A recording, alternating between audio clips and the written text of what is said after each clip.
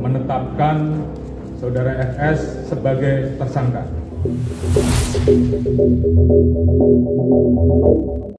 Kasus Ferdy Sambo versus Brigadir Joshua tidak hanya melahirkan tragedi yang memilukan, tetapi juga membawa berkat bagi lahirnya spirit baru dalam institusi Polri.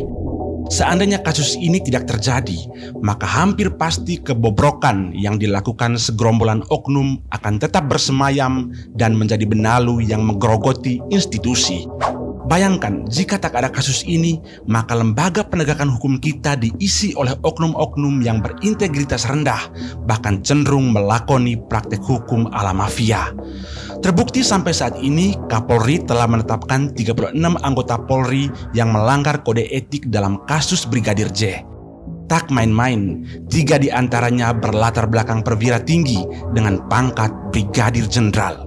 Mereka adalah Brigjen Hendra Kurniawan selaku Karopaminal Divisi Propam Polri, Brigjen Beni Ali selaku Karoprovos Divisi Propam Polri, dan Brigjen Agus Budiarto selaku Kapus Lab 4 Bareskrim Polri.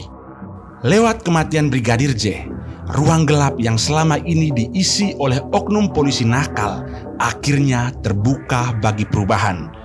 Semua mata yang tertuju ke Kapolri ibarat lampu sorot yang menerangi sisi gelap lembaga penegakan hukum itu.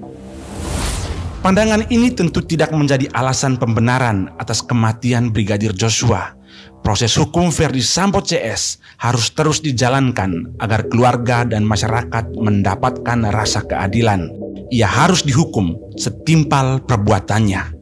Namun meski demikian, kita harus jujur mengakui bahwa Joshua adalah korban sekaligus martir perubahan. Kematiannya malah membawa berkat. Ia layak menjadi pahlawan reformasi dalam institusi Polri. Ada satu pertanyaan yang mungkin sepele, tapi sebenarnya penting untuk direnungkan. Mengapa netizen setanah air serempak menyoroti kasus ini? Padahal kita tahu ada banyak isu yang sedang berseliweran di ruang publik. Salah satu jawabannya adalah karena kematian Brigadir J yang menyentuh sisi emosional atau perasaan netizen.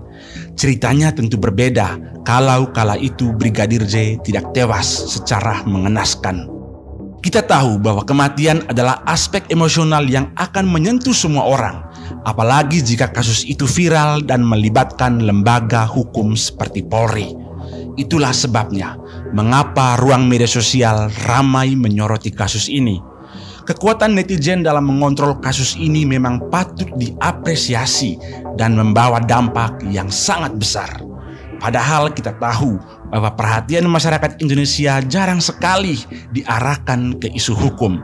Kalau bukan gaya hidup selebriti, ya seputar video viral porno sebagai pemersatu bangsa. Namun kematian Brigadir J ibarat pintu yang membuka kesadaran netizen untuk sama-sama menyoroti sisi gelap lembaga hukum kita. Kematian Joshua seperti angin segar yang membangkitkan kembali kesadaran masyarakat hukum Indonesia yang mungkin selama ini apatis dengan polisi.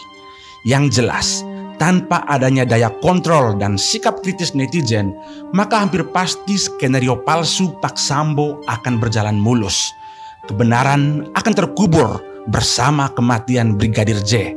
Demikian juga dengan Polri, institusi itu dipenuhi oknum bermental mafia.